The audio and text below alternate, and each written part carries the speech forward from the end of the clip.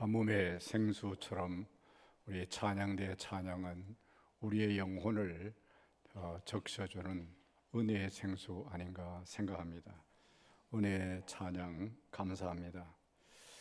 2024년 우리 교회 표어를 보니까 예수로 충만하여 성장하는 교회 되어 있는데, 여러분 우리 교회에 나오실 때마다, 하나님 앞에서 신앙생활 할 때마다 여러분들의 삶이 예수로 충만해서 늘 성장하는 영적, 육적 그런 은혜의 삶이 이루어지시기를 바랍니다. 이 충만이라는 건 뭐야? 넘쳐 흐른다라는 거죠. 저희가 거가대교를 건너서 이렇게 오다 보니까 도로변에 칡넝쿨들이 산에 이렇게 비탈린 데 많이 있어요. 근데 그 칡넝쿨들이 많이 이렇게 말라 있어요. 왜 마르냐? 가뭄이 있기 때문에 그렇습니다. 수분을 충분히 빨아들이는 어떤 이 공급해주는 물이 부족하기 때문입니다. 여러분, 기갈이라고 하는 것은 물이 없기 때문에 그렇습니다. 요즘 보면은 열대야 폭염으로 인해서 여러분들에게도 아마 문자가 계속 들어오죠. 경상남도, 뭐 예를 들어서 거제시, 저희는 양산에 있으니까 양산시, 뭐 울산, 여기에서 계속 문자가 들어오는데, 폭염으로 인해서 또 뭐 열대야로 인해서 야외 활동을 자제해라, 수분을 충분하게 섭취해라, 잠을 충분하게 자라, 뭐 이런 문자 계속 들어와요. 왜 그렇습니까? 그런 것이 공급이 되지 않으면 우리의 어떤 이 신체 기능에 고장이 날 수가 있기 때문입니다. 모든 것 수분입니다. 물입니다. 여러분, 우리가 예수로 충만하다는 것은 우리가 예수님이 우리에게 생수가 되시잖아요. 생명수, 샘물이 되시잖아요.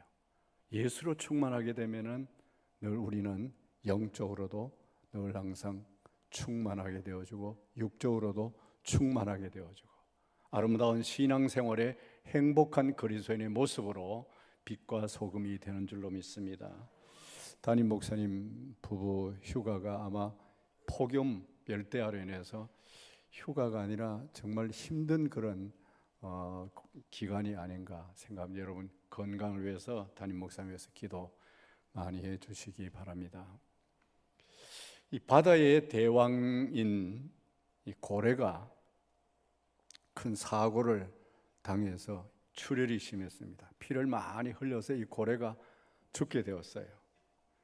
대왕인 이 고래가 출혈을 많이 해서 죽게 되어지고 다쳤으니까 그 밑에 많은 물고기들이 가만히 있을 수가 없잖아요. 그래서 앞다투어서 이 대왕 고래에게 헌혈을 하기 시작합니다. 그런데 평소 이 고래의 사랑을 많이 받던 붕어가 헌혈을 하지 않는 거예요. 다른 물고기는 전부 다 헌혈을 다 하는데, 그래서 고래가 좀 괘씸했습니다. 그래서 붕어를 불렀어요. 불러서 너 왜 다른 친구들은 전부 다 나한테 헌혈을 하는데 너는 왜 헌혈을 하지 않니? 라고 물었더니 이 붕어의 대답이 아주 진심 어린 고백이었습니다. 사실 난 붕어가 아니에요. 나는 붕어빵이에요. 제 안에는 피가 흐르는 것이 아니라 단팥이 뭉쳐 있답니다. 고래에게 그렇게 대답을 하면서 하는 말이, 그래서 저는 헌혈을 하고 싶어도 할 수가 없어요 라고 그랬다는 겁니다. 그래요, 여러분, 붕어빵 속에는 피가 흐르지 않습니다. 단팥이 들어있어요. 그리스도인이라고 하는 건 뭐예요? 크리스찬이다라고 하는 건 뭐예요? 그리스도의 사람이다 라는 뜻이죠. 예수의 사람이라면은 그 안에 예수의 피가 흘러야 되는 줄로 믿습니다. 여러분, 우리 모두 다 그리스도의 사람입니다. 그리스도인들인 것입니다. 그리스도인으로서 하나님 앞에서 살아갈 때에 내 마음속에, 내 모든 삶에 예수 그리스도의 속죄의 피가 흐르는 거룩한 하나님의 백성이 되어야 된다라고 하는 것입니다. 그분의 능력이 담겨 있어야 하고, 그분의 향기가 나를 통해서 열매 맺어 가야 하는 것입니다. 그래서 예수님께서는 쉬지 않고 때마다 시마다 우리에게 찾아오십니다. 생명을 가지고 찾아오십니다. 능력을 가지고 찾아오십니다. 열매를 예비에 들고 찾아오시는 것입니다. 죽어있는 사람에게 찾아오십니다. 낙심한 사람에게도 찾아오십니다. 절망에 빠진 사람에게도 우리 주님은, 우리 예수님은 찾아오십니다. 그리고 예수 그리스도의 피를 먹여 새 생명을 주십니다. 능력을 베풀어서 일으키시는 것입니다. 열매를 주어서 풍성하게, 더 많이 풍성하게 하시는 것입니다. 오늘 본문을 보십시오. 예수님께서 유월절 명절에 병든 자를 찾아오십니다. 병약한 사람, 앞 못 보는 사람, 걷지 못하는 사람, 다리를 저는 사람들을 예수님이 찾아오십니다. 여러분, 명절이라고 하는 것, 그 즐거움 때문에 다른 사람의 아픔이나 고통을 잊어버리기가 쉬운 것이 명절입니다. 그러나 예수님은 오히려 그러한 명절에 병든 자를, 약한 자를, 부족한 자를, 실족한 자를, 절망해하는 자를, 소외된 자를 예수님은 찾아오십니다. 예루살렘 성을 드나드는 문들 중에 북쪽에 있는 문을 양문이라고 불렀습니다. 아마도 목동들이 양을 몰고 출입을 많이 하던 문이라고 양문이라 불렀나 봅니다. 그리고 그 곁에 베데스다라는 연못이 있었습니다. 히라보로 베데스다라고 하는 것은, 베이트라고 하는 것은 집이란 말과 헤세드라고 하는 말은 잡이란 말이 합쳐져서 합성어인 것입니다. 그러니까 베데스다란 자비의 집이다라는 뜻이에요. 이 연못은 길이가 60척, 넓이가 20척인 것입니다. 그리고 이 못가에 행각 5이 있었습니다. 행각이란 지나던 행인들이 옷을 갈아입고 쉴 수 있는 휴게 시설을 말하는 것입니다. 그런데 이 연못이 가끔씩 땅 속에서 이 물이 솟는 간헐천이었던 모양입니다. 그럴 때면 사람의 눈에 물이 끓는 것처럼 보였고, 사람들은 천사들이 내려와서 물을 움직인다라고 생각했습니다. 그때 어떤 병에 걸렸든지 간에 먼저 그 물에, 간헐천인 이 물이 끓는 여기에 먼저 들어가는 자들은 어떤 질병이라도 낫는다는 옛부터 내려오는 전설적인 얘기가 있었습니다. 그래서 많은 병자들이 이곳에 모여서 그 천사들을 통해서 물이 동하기를 기다렸던 거예요. 여기에 38년 동안이나 이곳을 떠나지 아니하고 지켰던 한 병자가 있었습니다. 바로 그 사람을 예수님께서 오늘 찾아오신 겁니다. 38년이면 여러분 2년 빠지는 40년입니다. 10대에 병을 얻었으면 50대의 중년이 될 때까지 병으로 인생을 살아온 것입니다. 그렇게 될 때 어떻게 되는가를 오늘 본문이 잘 설명해 주고 있습니다. 버림받은 자가 됩니다. 6절 말씀입니다. 예수님께서 이 사람을 찾아가 뭐라고 하십니까? 낫기를 원하느냐 물으십니다. 그때 이 병자는 이렇게 대답합니다. 선생님, 물이 움직이기 시작할 때 제가 연못 안으로 들어갈 수 있게 도와줄 사람이 없습니다. 모처럼 38년의 끈질긴 질병에서 나음을 받을 수 있는 기회가 와도 자기를 도와줄 부모도, 자기를 도와줄 친구도, 자기를 도와줄 지인도, 이웃도 없다라는 거예요.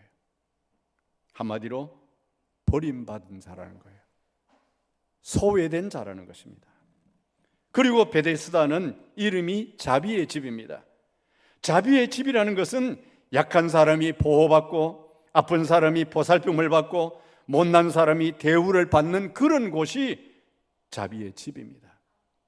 그러나 그런 곳에서조차 이 38년 병자는 차가운 현실의 벽을 경험하는 현장이 되고 말았습니다.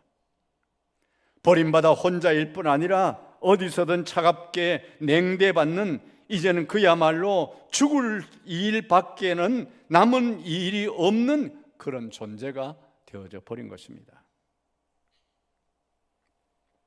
2024년 8월 17일자 토요일 우리 교단신문 기도공보 제7면에 거기 실린 글 내용입니다.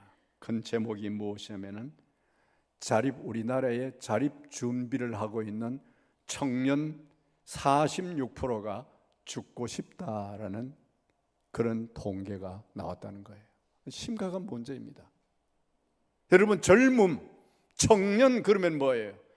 오늘 이 나라의 내일의 비전이고 이 민족의 비전이고 우리 가정의 비전이고 오늘 우리 세대의 내일의 꿈이 아닙니까? 꿈이 있는 것이 청년이고 비전이 있는 것이 청년이고 희망이 넘치는 것이 청년이고 그리고 용기가 넘치는 것이 청년이고 에너지가 넘치는 것이 청년인데 46%가 죽고 싶다라는 거예요. 여러분, 이런 자에게 예수님이 찾아오십니다. 바로 그런 자에게 예수님께서 오늘 찾아오신 것입니다. 버림받고 냉대받던 그에게 생명과 능력과 열매를 가지고 찾아오시는 것입니다. 여러분, 이 말씀은 오늘 여러분과 저에게 주신 말씀이라고 믿습니다. 이 말씀이 우리에게 주시는 소중한 진리는 바로 이것입니다. 먼저 내 삶에도 예수님께서 찾아오실 때가 반드시 있다라는 것입니다. 매일 삶에서 행복이 넘치고 새로운 은혜의 샘이 넘치고 기쁨의 샘이 넘치고 감사의 샘이 넘치고 그리고 찬송의 샘이 넘치는 거 아니에요. 우리에게도 절망의 때가 있습니다. 낙심의 때가 있습니다.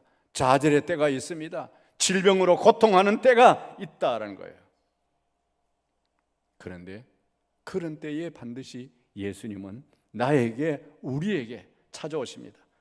항상 내 곁에 계시지만은 늘 함께 하시지만은 내 삶의 특별한 때에 특별한 역사를 가지고 오실 때가 있다라는 그런 말씀입니다. 38년 된 병자에게 이날은 너무도 놀라운 날이었을 것입니다. 그 놀라움을 설명할 수가 있겠습니까? 그 기쁨을 표현할 방법이 있었겠습니까? 내게도 그렇게 찾아오실 때가 반드시 있다라는 거예요. 여러분의 가정에, 여러분의 삶의 현장에, 여러분의 인생에, 여러분의 생애에 우리 예수님이 반드시 찾아오실 때가 있다는 거예요. 세계적인 강철왕 카네기가 사무실 한가운데는 언제나 낡고 커다란 그림 하나가 걸려 있었습니다. 밀물에 밀려 나온 배 한 척이 썰물 때 모래사장에 덩그러니 놓여 있는 그림입니다. 그리고 버려진 듯 저만큼 던져져 있는 노 하나가 태물처럼 그려져 있는 그런 그림입니다. 그리고 그 그림 밑에는 이런 글귀가 쓰여져 있었습니다. 반드시 밀물의 때는 온다. 이 그림이 젊은 카네기의 집무실에 언제나 걸려 있기까지는 재미있는 일화가 감추어져 있었습니다.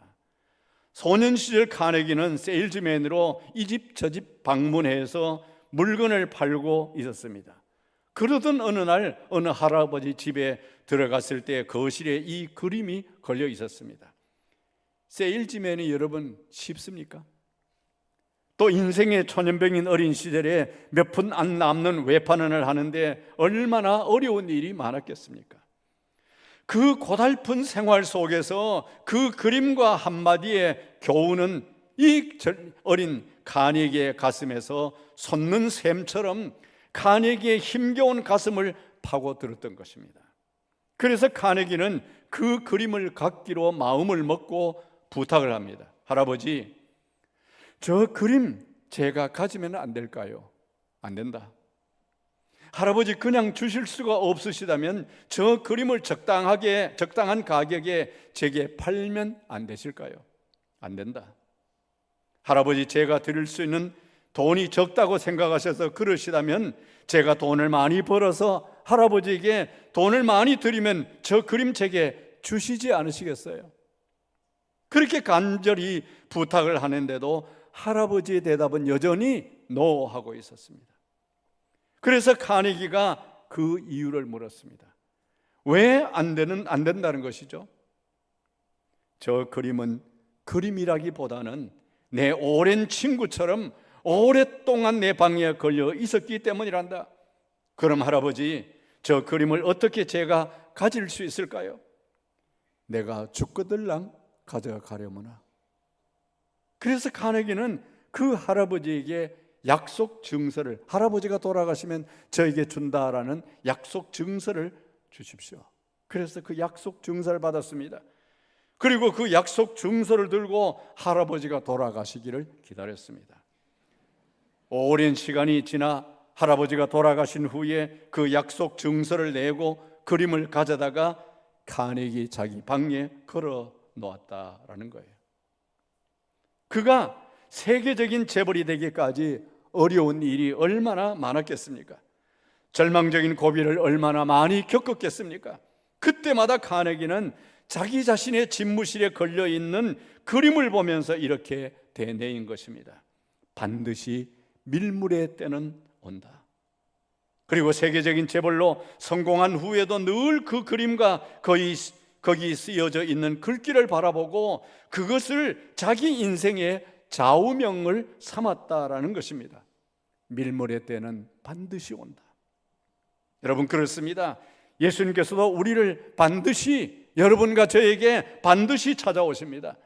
내 아픔을 잊지 않으시는 것입니다. 우리의 약함을 잊지 않으시는 것입니다. 우리의 부족을 잊지 않으시는 것입니다. 우리의 절망하는 모습을 잊지 않으시는 것입니다. 내 실패를 내버려 두시지 않으시는 것입니다. 내 병든 것을 기뻐하지 않으시는 것입니다. 그래서 찾아오시는 것입니다. 아픔을 씻어주시기 위해, 실패를 이기도록 힘주시기 위해, 병들어 연약한 몸을 치유하시기 위해, 그래서 예수님은 오늘 우리에게 찾아오시는 것입니다. 찾아오셔서 이렇게 말씀하십니다. 일어나라, 들고 걸어가라. 우리는 누워있을 수밖에 없을 만큼 몸과 마음이 병들어 있을 때가 있습니다. 내 손을 들어 누워있는 요를 말아 들 수도 없을 만큼 그렇게 힘겨울 때가 있습니다. 그럴 때 예수님은 생명을 가지고 오셔서 우리의 정수리에 그 보혈을 부어주셔서 우리로 회복하게 하시는 분이 바로 여러분과 제가 고백하고 있는 억만 죄와 악에서 우리의 죄를 구속하여 주신 예수 그리스도이신 것입니다. 일어나라는 말씀은 회복을 의미합니다. 내 영과 혼이 힘을 얻어 다시 서는 것입니다. 나도 알 수 없는 힘이, 능력이 내게 임하시는 것입니다. 들으라는 말씀은 실패한 삶을 성공으로 옮겨주시겠다는 약속입니다.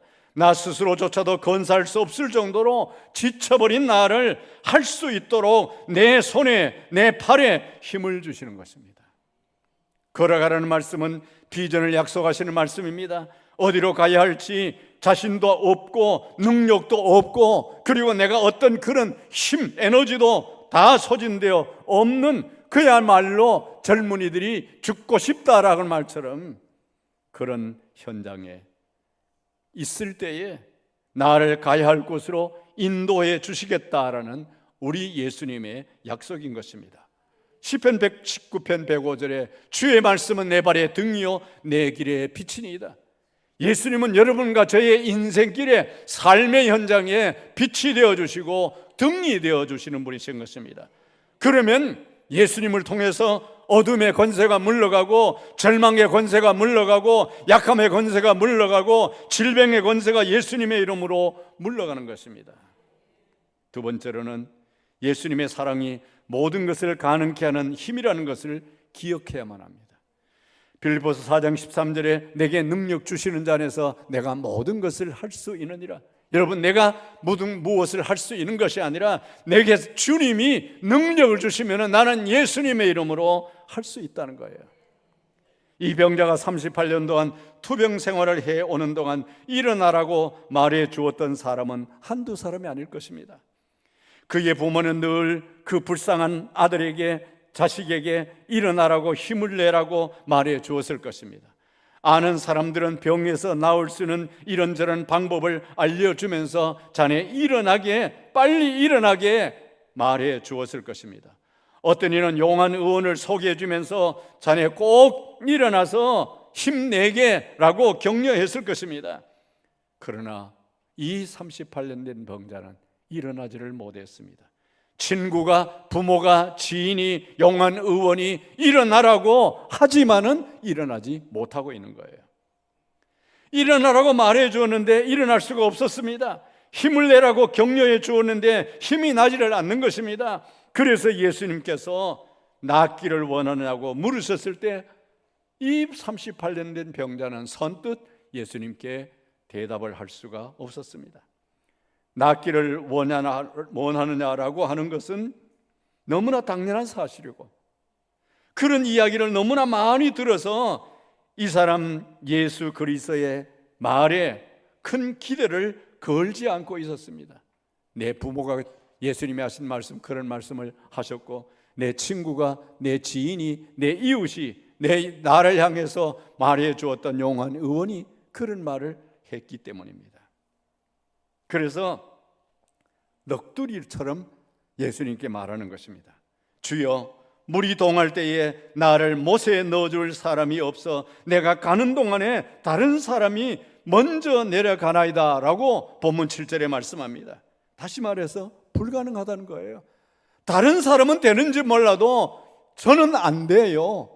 저는 할 수가 없어요. 저는 일어날 수가 없다라는 거예요. 안 되는 일을 왜 말씀하시느냐는 이야기인 것입니다. 정 그런 마음을 가지고 계시다면 물이 동할 때에 내가 물 가운데, 물 속에 가장 먼저 들어갈 수 있도록 도와달라는 말인 것입니다. 그런데 그때까지 저에게 기다려 주실 수는 없지 않느냐는 그런 말이기도 합니다.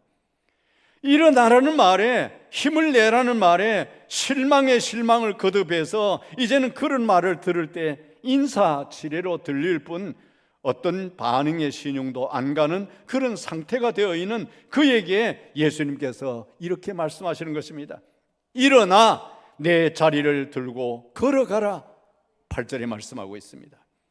그 말씀이 끝나자마자 거짓말처럼 이 38년 동안 낫지 않았던, 치료받지 못했던, 회복하지 못했던 이 사람 다리에 힘이 생기는 것 같습니다. 그리고 두 다리가 자신의 몸을 지탱하고 있는 것입니다. 팔에도 힘이 생겨 자신이 누워있던 친구를 말아서 짊어지게 되는 것입니다. 내 힘과 의지가 아니었습니다. 그 어떤 힘이 일어나게 만들고 친구를 말아서 매게 움직이고 그리고 또 거뜬히 걸어갈 수 있게 하는 것이었습니다. 그러면서 신기해합니다. 무엇이요? 그 사람의 말대로 되네. 여러분, 예수님은 말대로 되게 하시는 분이신 줄로 믿습니다. 사람의 말과 전혀 다른 능력이 그 분의 입술에 있는 것입니다. 무슨 차이일까요? 사랑인 것입니다. 미국 존스 홉킨스 대학의 한 교수가 대학원 학생들에게 범죄 온상인 빈민굴에 가서 12세에서 16세까지 소년 200명을 대상으로 그들이 지금까지 자라온 배경과 성장 과정을 분석해서 장차 건전한 삶을 살아갈 수 있는 삶의 확률이 얼마나 되는지를 예측해 보라는 숙제를 홉킨스 대학의 어느 한 교수가 대학원생들에게 숙제를 주었습니다.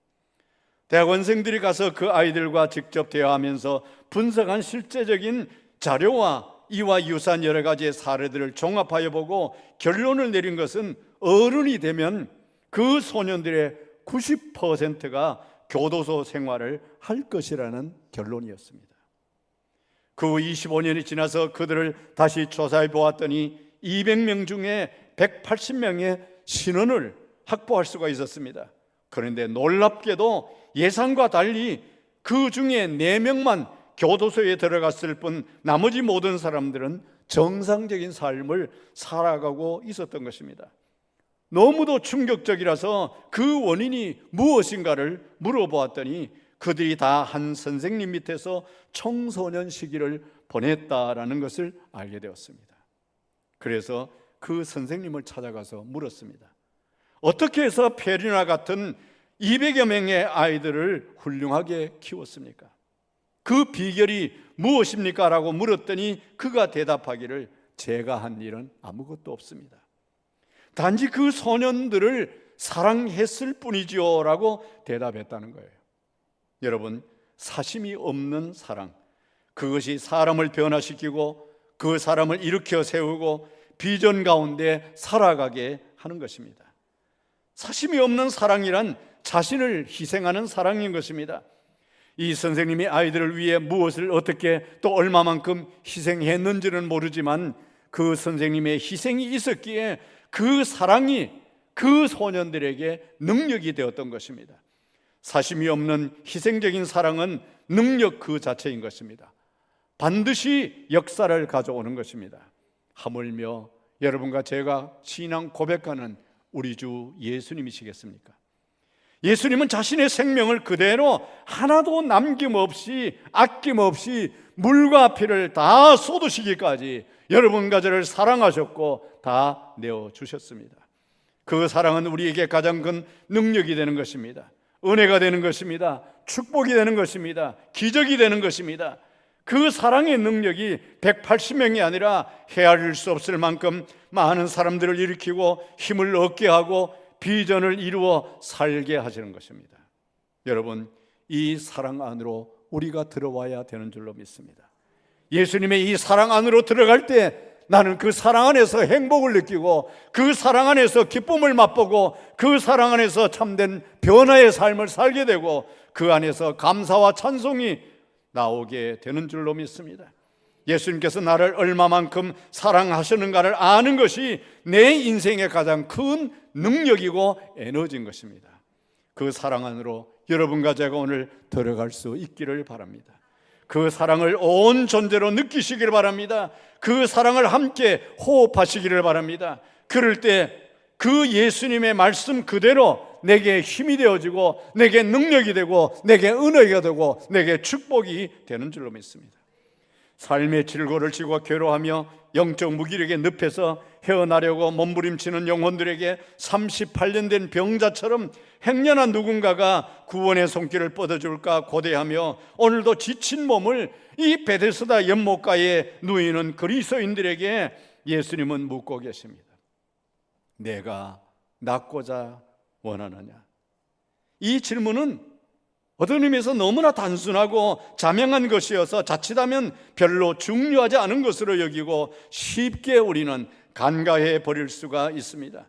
그러나 이 질문의 상황을 관찰해 보면 여기에 우리의 인생을 변화시킬 만한 놀라운 진리가 담겨 있음을 발견하게 됩니다. 우리 예수님은 오늘도 나에게, 여러분에게 찾아오십니다. 그리고 말씀하십니다. 일어나라. 내가 너를 회복해 하노라. 들어라. 내가 너를 실패를 성공으로 바꾸어 내겠다. 걸어가라. 비전의 땅으로 너의 터전을 삼으라. 사랑하는 성도 여러분, 2024년 8월 25일 열대야 폭염으로 인해서 오늘 힘들고 어려운 이 여름을 지나면서 그리고 오늘 우리의 대한민국의 현실을 직시하면서 젊은이들이 죽고 싶다라고 하는 이런 현실 앞에서 우리 예수님은 여러분과 저에게 찾아오시는 줄로 믿습니다. 그리고 일어나라고 하시는 줄로 믿습니다. 들으라고 하시는 줄로 믿습니다. 걸어가라고 하시는 줄로 믿습니다. 예수님의 이 말씀에 아멘으로 하답하며 여러분 일어서시길 바랍니다. 들으시길 바랍니다. 걸어가시길 바랍니다. 그래서 여러분의 삶의 현장에 예수님과 동행하는 은혜의 삶으로 영적 육적 축복과 영적 육적 평안과 영적 육적 승리의 삶이 여러분의 가정에서, 여러분의 삶의 터전에서, 여러분의 교회 생활에서, 여러분의 인생에서 날마다 승리하시기를 주님의 이름으로 축원합니다. 기도하겠습니다. 2024년 8월 25일 3부 예배 나와 하나님 앞에 나와 예배하는 저희들에게 예수님은 찾아오셔서 38년 된 병자 베데스다에 찾아오셔서 내가 낫고자 원하냐고 물으신 예수님은 우리에게도 찾아오셔서 물으시는 줄로 믿습니다. 일어나라고 하시는 줄로 믿습니다. 걸으라고 하시는 줄로 믿습니다. 들으라고 하시는 줄로 믿습니다. 이 말씀에 귀 기울여 우리의 삶의 현장이 복된 삶의 현장으로 바뀌어지게 하시고 은혜의 삶으로 바뀌어지게 하시고 능력의 삶으로 바뀌어지게 하시고 승리의 삶으로 바꾸어 나가는 변화된 그리스도인의 모습으로 축복받게 하옵소서. 휴가 중인 담임 목사님 부부에게 자녀들에게 함께하여 주시옵소서. 예수님의 이름으로 기도드리옵나이다.